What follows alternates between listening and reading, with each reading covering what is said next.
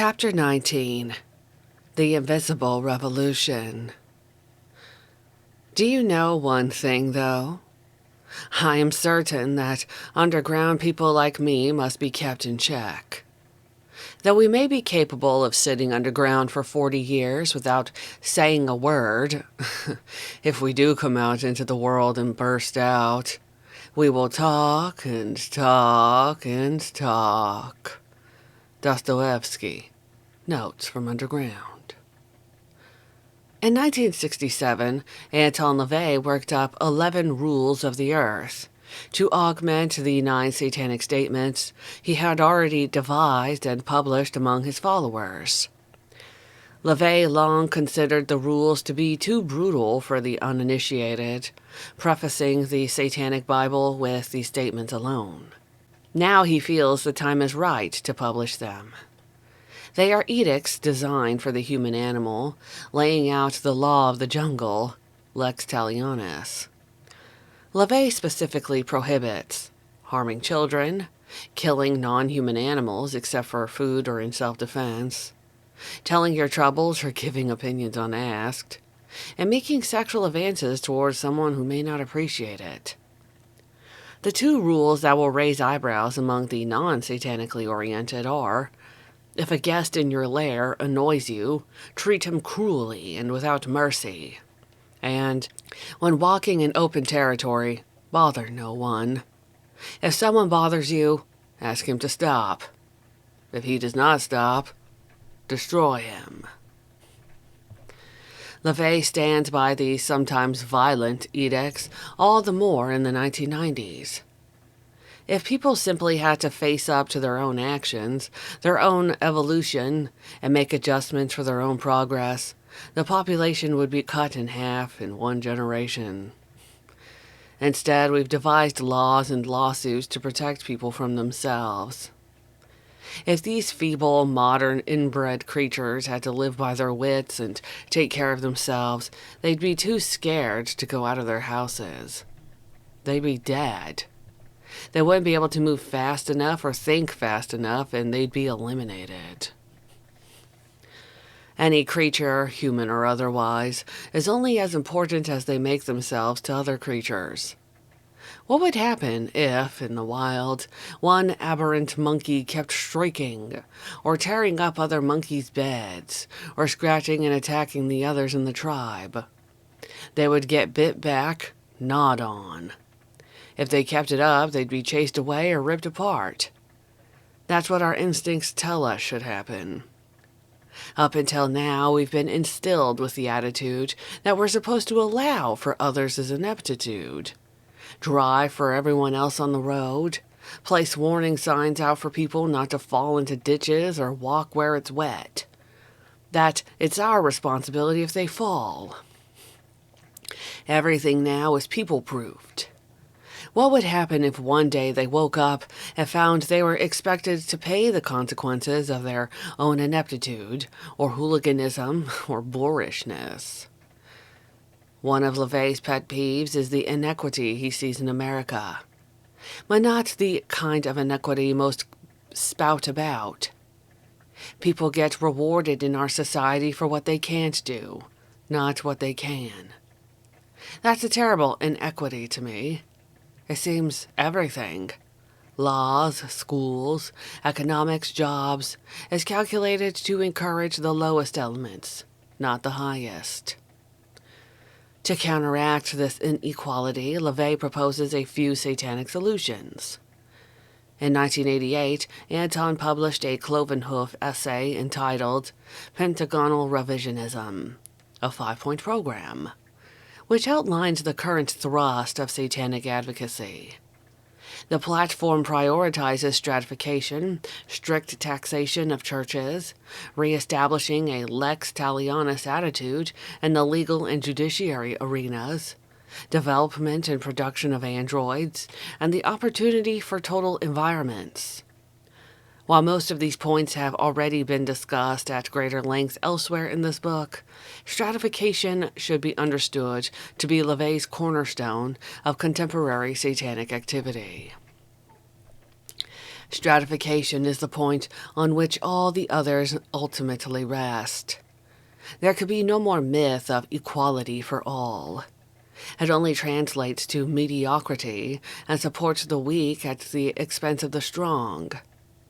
Water must be allowed to seek its own level without interference from apologists. No one should be protected from the effects of his own stupidity. Later in the same issue, LaVey writes, the current Third World War, human locusts overrunning the world, necessitating the thinning out of populations because the rule of the fool has, for the first time in history, threatened to destroy civilization and evolution. This must never happen again. Technology has left human awareness in the dust. Surely, it would be simpler and more economically practical to continue the propagation of consumers at the cost of evolution. But the Earth could not survive. How to isolate and evolve genetically superior humans is the great task of stratification. I'm saying there's an unrecognized war going on in this country right now, declares LaVey. An economic war. War will not come from without. It will come from the people who have the most money to gain right here in this country. The great consumer wars. All the other causes are just misdirection devices. Any supposed protesting going on is carefully contained rebellion. Otherwise, people would be rioting in the street when they have to pay $30,000 for a 3-day stay in the hospital. But the warfare now going on is much more sophisticated than science fiction writers ever imagined.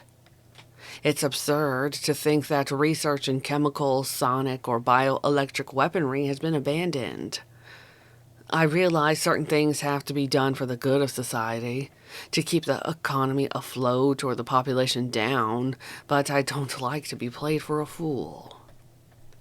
For now, isolation, abdication, and stratification are LaVey's proposed satanic weapons against the ongoing invisible war. LaVey has already given a name, Satanism, for the small percentage of the population that he feels are chromosomally different, and perhaps chromosomally resistant to the effects of control. Stratification is a magical process of purification, subtractive rather than additive, says LaVey. As the war progresses and as population increases to an even more intolerable level, stretching resources to impossible lengths, the strong will begin fighting for their very survival. That's what we're seeing right now. Society will become more and more stratified into the people who aren't buying the bullshit in society and those who blindly follow where they are led. Satanists, freethinkers, are a burgeoning minority cause.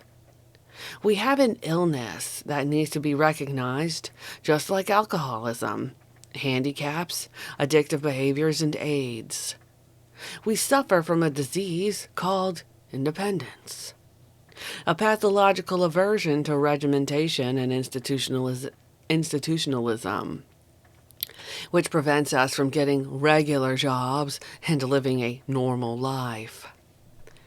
Instead of encouraging proliferation of the weak, LaVey feels it's imperative to isolate and foster the emerging new genetic strain of Satanists. With the debut of The Complete Witch in 1970, later The Satanic Witch, LaVey presented his guide for selective breeding. In an August 16, 1971 article, Evil Anyone?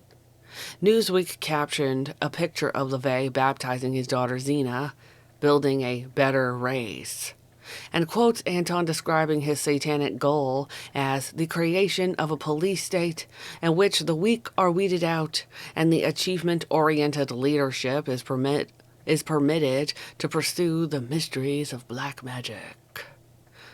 Later, in the satanic rituals, LaVey included this directive to his followers. Now it is the higher man's role to produce the children of the future. Quality is now more important than quantity. One cherished child who can create will be more important than 10 who can produce, or 50 who can believe. In an interview for Fling, Anton vows that he would enhance the growth of new, more intelligent generations if I had the chance by selective breeding. But this is so terrifyingly related to Hitlerism that usually I can't even talk about it. When asked exactly what kind of master race he envisions, LaVey explains that the satanic stratification and segregation he advocates is based on ethics rather than ethnics. As I've said, I wish to identify, isolate, and breed a new ethnic. One that's been there all along, unrecognized, from the beginning of man's existence. There have always been leaders, innovators, risk-takers among all cultures. These are the few, perhaps 1/10 of 1%, that lead nations forward, lead evolution forward. Satanism is the first time in history where a master race can be built of genetically predisposed, like-minded people, not based on the genes that make them white, black, blue, brown, or purple, but the genes that make them Satanists. We need a forum from which to assert our culture. Any person I've ever met who's accomplished anything in his life has had a real disdain for his own people. Not that they hate Jews or Germans or Irish or Italians per se. They just hate stupidity and herd mentality. They hate the idea of using any ethnicity as an identity. Some people that come from Jewish backgrounds, where Judaic traditions were really emphasized in the home, are the most rabid anti-Semitic people I know. And I don't blame them. If they grew up in a stifling environment with professional Jews for parents or professional Catholics, I don't blame them for running away, changing their names, completely inverting their lives, and never wanting to see their parents again. That's often how leaders are born. You have to be a sociopath to be in my position. Look at all the depictions of Satan throughout history. His satanic sadness and dismay at the unhappy world people seem compelled to make for themselves. As a Satanist, of course I'm a sociopath. I love life and am honestly dismayed. That's why, when people are supportive of me, I'm suspicious. It's hard for me to accept because that pall, that death is ever present. People looking at Satanism from the outside, with all its black-draped chambers and sinister trappings, might think that we advocate death. Christians are supposed to be the life-loving ones, striving for happiness and good. In reality, a true curse comes from God when He answers their prayers. They don't want their answers prayered. They don't really want contentment. That's why they pray to a God that isn't there. The truth is that those who surround themselves and speak most of death are probably the most life-loving of all and truly like Satan. They find themselves dismayed that things can't be pure and complete the way they should be. If Satanists didn't care, they wouldn't be so dark and pessimistic. You can find plenty of optimists in lunatic asylums. Only fools are ever truly content. Along with most contemporary soothsayers, LaVey perceives momentous changes as we approach the millennium. People are now making important decisions. We've evolved to the point where all the information from our history is there for anyone to examine. All the methods have been written about.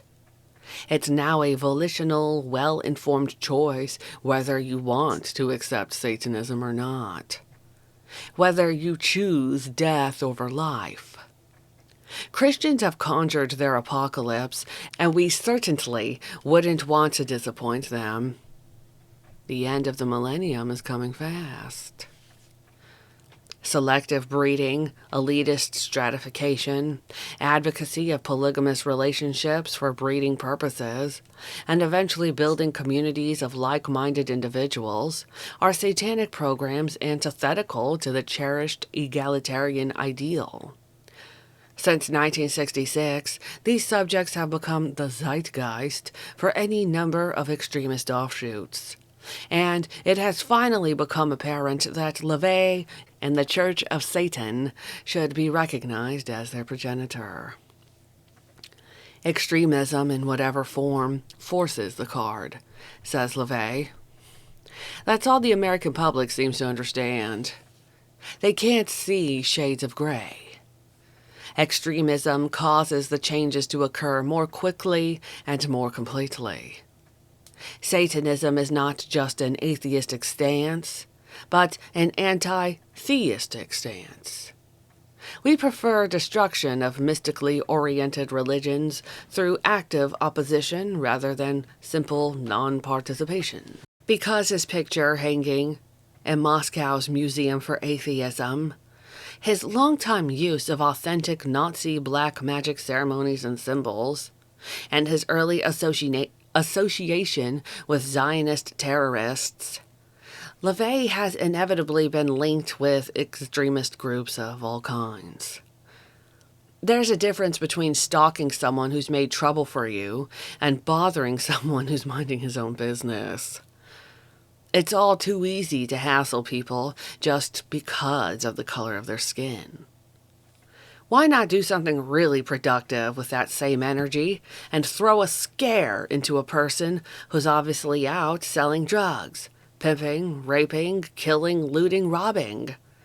Not the race of people, but the individuals, or the type of individuals. There's a magically valid technique of seeking out surrogates for your tormentors or would-be tormentors and venting your wrath on them to superimpose it on your actual tormentor. If you took out your rage and frustration on the person you'd like to, the connection might be so obvious it would be laid directly at your doorstep. As a substitute, a sacrifice of sorts.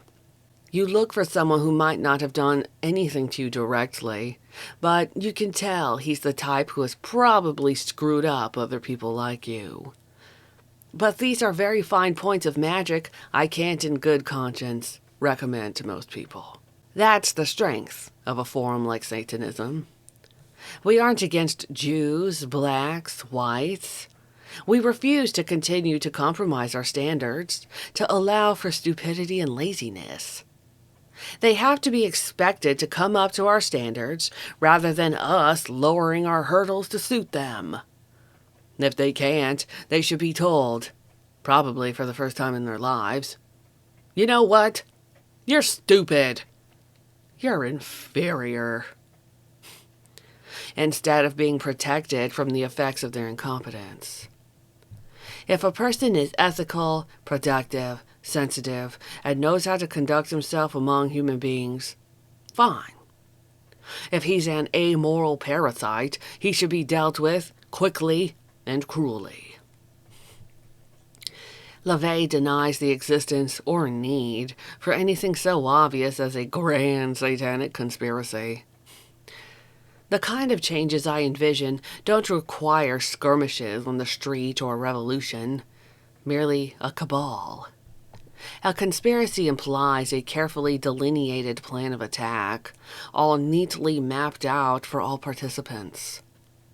A cabal is a group of loosely connected people who have deep, unswerving loyalty and allegiance to the same ends, and who do what comes naturally. They have the unlisted phone numbers. They'll know, in their respective positions, what to do when the time comes round. Oh, we do have goals. We all know what they are. I believe in all forms of stealth, cunning, and guile to achieve our ends. Instead of revolution, LaVey proposes a satanic revisionism. Maybe evolution has brought enough of us out of our cocoon so we can surround ourselves with true aesthetics rather than standards based on economic imperatives. Satanism is bringing back is discipline in all forms of art and expression. We emphasize a return to classical grounding in music, painting, sculpture, writing, poetry, reestablishing a common body of knowledge and expression so there are some constants of beauty and form. Satanic thought doesn't encourage the splash and smear school of unbridled artistic expression.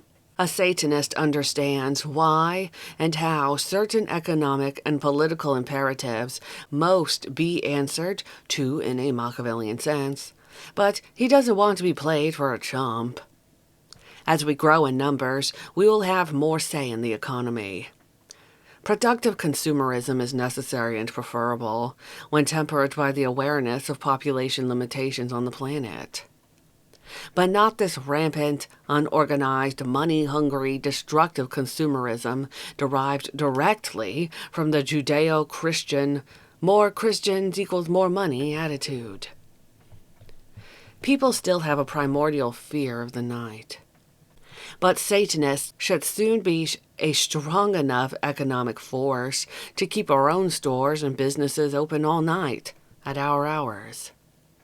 Not only will we become a major voting bloc and economic demographic to be catered to, but we've worked ourselves into places where we pull the strings ourselves. LaVey has begun to enforce changes on a personal level that reflect on a national and international level. At this stage of the game, I don't have the time for patience and tolerance. 10 years ago, even 5 years ago, I would have listened to people ask their questions, explained to them, mollified them. No more. That time is past. Now, as Norman Mailer said in Naked and the Dead, I hate everything which is not myself. If it doesn't have a direct bearing on what I'm advocating, if it doesn't augment or stimulate my life and thinking, I don't want to hear it. It has to add something to my life. There's no more time for explaining and becoming ecumenical anymore. No more time. That's a characteristic I share with the new generation of Satanists, which might be best termed, and has labeled itself in many ways, an apocalypse culture. Not that they believe in the biblical apocalypse, the ultimate war between good and evil. Quite the contrary. But that there is an urgency, a need to get on with things and stop wailing, and if it ends tomorrow, at least we'll know we lived today. It's a fiddle while Rome burns philosophy. It's the satanic philosophy. If the generation born in the 50s grew up in the shadow of the bomb and had to assimilate the possibility of imminent self-destruction of the entire planet at any time, those born in the 60s have had to reconcile the inevitability of our own destruction, not through the bomb, but through mindless, uncontrolled overpopulation, and somehow resolve in themselves, looking at what history has taught us, that no amount of yelling, protesting, placard waving, marching, wailing, nor even more constructive avenues, like running for government office or trying to write books to wake people up, is going to do a damn bit of good.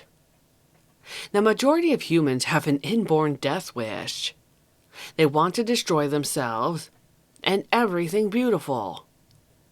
To finally realize that we're living in a world after the zenith of creativity, and that we could see so clearly the mechanics of our own destruction, is a terrible realization. Most people can't face it. All we want, those few of us who have had the strength to realize what's going on, is the freedom to create and entertain and share with each other, to preserve and cherish what we can while we can, and to build our own little citadels away from the insensitivity of the rest of the world. Reacting perhaps to millennial pressures, Certain people are doing more than building protective citadels. Some, it seems more all the time, are taking guns and killing innocent people. Investigators, no matter how objective they may be, become disturbed by the increasing number of satanic Bibles found at crime sites or in the personal effects of mass murderers. It may be that LaVey's satanic thought can release forces within unstable people that they are not able to control. LaVey insists we'll never really know how much influence Satanism has on the nutcases. Frankly, so little factual information is leaked out through the media. I'm in a prime position to know that firsthand. The media will only look at Satanism from a firmly prescribed perspective. Like that kid in New Jersey, Tommy Sullivan, who supposedly killed his mother with a Boy Scout knife as a result of growing involvement with Satanism. He was a good kid from a Catholic family, and suddenly he snapped because of Satanism? Bullshit. A few of the stories leaked the truth, if you can read between the lines. The kid was bright. He wanted to explore. He wanted to stretch his mind and imagination to examine ideas his parents, particularly his mother, couldn't tolerate. He became confused, then increasingly hostile as she continued stifling him and holding him down. This went on for months, probably preluded by years of over-mothering in the guise of protecting him. Then, finally, after an intensive session of anti-satanic counseling and praying at their Catholic church, the kid got fed up. Maybe everything went blank all of a sudden. Maybe he was a good kid who couldn't take any more of the bullshit and had to impose the justice he perceived to be lacking. He knew he was being treated unjustly, felt there was no way out, and took the only action immediately available: slashing his mother's throat, then doing the same to himself. What a needless tragedy. If only he'd been allowed to freely explore the avenues he'd wanted to, perhaps it never would have happened. Second-wave Satanists have definite visions of right and wrong, and use the Satanic Bible as a guide to impose demonic justice. Sean Sellers, as quoted by Tom Wedge, translated what he believed to be qualifications for an appropriate human sacrifice. Sacrificed people are those people who beat their wives, molest children, kick their dogs, etc. We do the world a favor by getting rid of them. After all, people like this have no right to live anyway. Sellers was eventually sentenced to death for the murder of his mother, stepfather, and a convenience store clerk in 1985 and 86. Sellers has since recanted his satanic beliefs and is now hailed by Christians for his youth ministry from Oklahoma's death row. David St. Clair, in his book, Say You Love Satan, aptly describes through a teenager's eyes what freedom the Satanic Bible might offer. If what this book said was true, if what this book promised could be realized, then nothing was impossible. Nobody should have to put up with the shit they were born into. If the guy that wrote this really knew what he was talking about, then Satan was the way to go. The devil had the answers for life on earth. The devil was the one to contact, the one who would do things for human beings who wanted to achieve. The subject of St. Clair's book, Ricky Casso, killed one of his classmates and later killed himself. Anton LaVey maintains that he isn't really concerned about accusations of people killing other people in the name of Satan. He swears that each time he reads of a new killing spree, his only reaction is, What, 22 people? Is that all? Anton is more concerned about those nobodies he's bestowed godhood on with his philosophy. Certain people like to take up the trappings, methods, and hard-boiled philosophy of Satanism, but aren't willing to adopt my imposition of responsibility for the responsible. They just pick out what they want, change it around to justify what they want to do, invent it if it's not there, and ignore what they find too difficult to adhere to. As a mass-market book, the Satanic Bible breeds pretentiousness in the inferior. Everyone believes he's Superman. Of course, it bothers me. It's antithetical to the essence of Satanism to puff up undeserving people. But in reality, I have to admit, it's an effective shortcut to stratification. I'd rather be grouped in the company of killers than in the company of wimps. I don't think you'd find the pretentiousness in people like Ramirez, or Stanley Dean Baker, or Huberty, or Manson. I don't think you'd find the noise that all those puffed-up, empty-barreled, supposed Satanists make. In a 1986 article regarding accused Night Stalker killer Richard Ramirez, convicted of 13 murders in California, LaVey said, "When I met Richard Ramirez, he was the nicest, most polite young man you'd ever want to meet. A model of deportment." LaVey remembers the incident clearly and regrets giving the young Ramirez such an abrupt meeting. He stopped me on the street and said, "Excuse me, Mr. LaVey, could I talk to you a few minutes?" Well, I don't generally like people coming up to me like that, so I brushed him off. I don't do business on the sidewalk. You could write to the post office box. He backed away and apologized for bothering me. Said he just wanted to ask me a couple of questions, but he could see I'm busy. So he wished me a happy solstice and walked on down the street with his friend, the one from Texas, I guess. I watched him walk away, and when he was almost to the corner, I almost called for him to come back and I'd talk to him. After thinking about it, I felt bad, really. I felt really badly. He seemed like such a polite kid. LaVey doesn't shirk responsibility for what his writings may catalyze. If the Satanic Bible is spurring a changed perspective to unleash certain demons, certain elementals into the world, so be it. We will evoke many, many centuries of bloodshed before we approach the terror that Christianity has loosed on humanity. There will be undoubtedly more satanically motivated murders and crimes in the sense that the Satanic Bible tells you you don't have to take any more shit.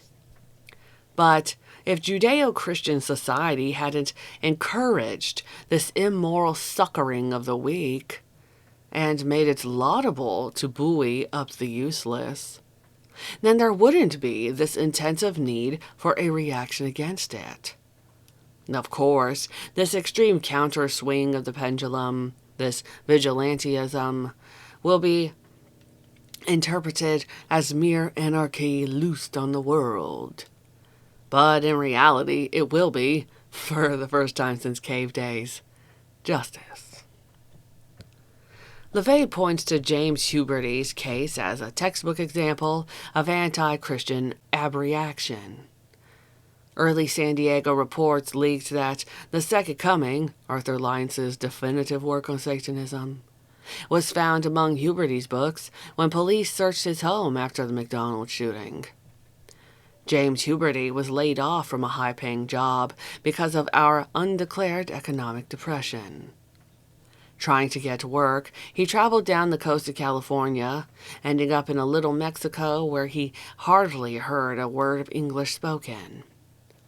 Huberty knew he was under a lot of pressure. He contacted a mental health clinic. Because of the crackdown on Valium at the time, only street people and pushers could get it. Those who used Valium in moderation were completely cut off. So puberty wasn't able to get the one chemical that had leveled him out. And to top it all off, the crew at McDonald's couldn't get the fucking ice cream machine fixed for 2 weeks. Oh my God. He was tired of incompetence. He was tired of foreign inundation. He was tired of being treated like a second-class citizen in his own country. He was tired of the weak getting everything for free, and those who were trying to stand up on their own 2 feet getting nothing. He was just tired. And after a while, these things get frustrating, and some things got to give. And I'll tell you a secret. There's going to be a lot more puberties reaching a breaking point in the next few years. We've got a long way to go. By the same token, if a kid is dragged to church against his will, if his parents tear up his satanic Bible, the one book he sees as containing some truth beyond the narrow framework of Christian belief, an antisocial, psychopathic kid might be provoked. The Satanic Bible tells him, I will create justice in my own way. I feel an injustice has to be righted, and I feel the strength to carry it out. It imbues him with the ideal that if he wants justice, he will have to take justice in his own way. It won't be given to him. Satanists are true reformers, as we are true ecologists. We believe in the preeminence of the laws of nature. The epitome of the film noir antihero, the Green Hornet, the Shadow, the Avenger, Batman, is the perfect manifestation of the satanic ethic. These are the heroes who work in the shadows, doing what officials cannot do or will not do. The Satanic Bible doesn't say, "Vengeance is mine, saith the Lord." It teaches you to not wait around for outside intervention from God or the state on your behalf. There is no protectionism, no over-legislation. Satanism advocates personal justice, personally administered.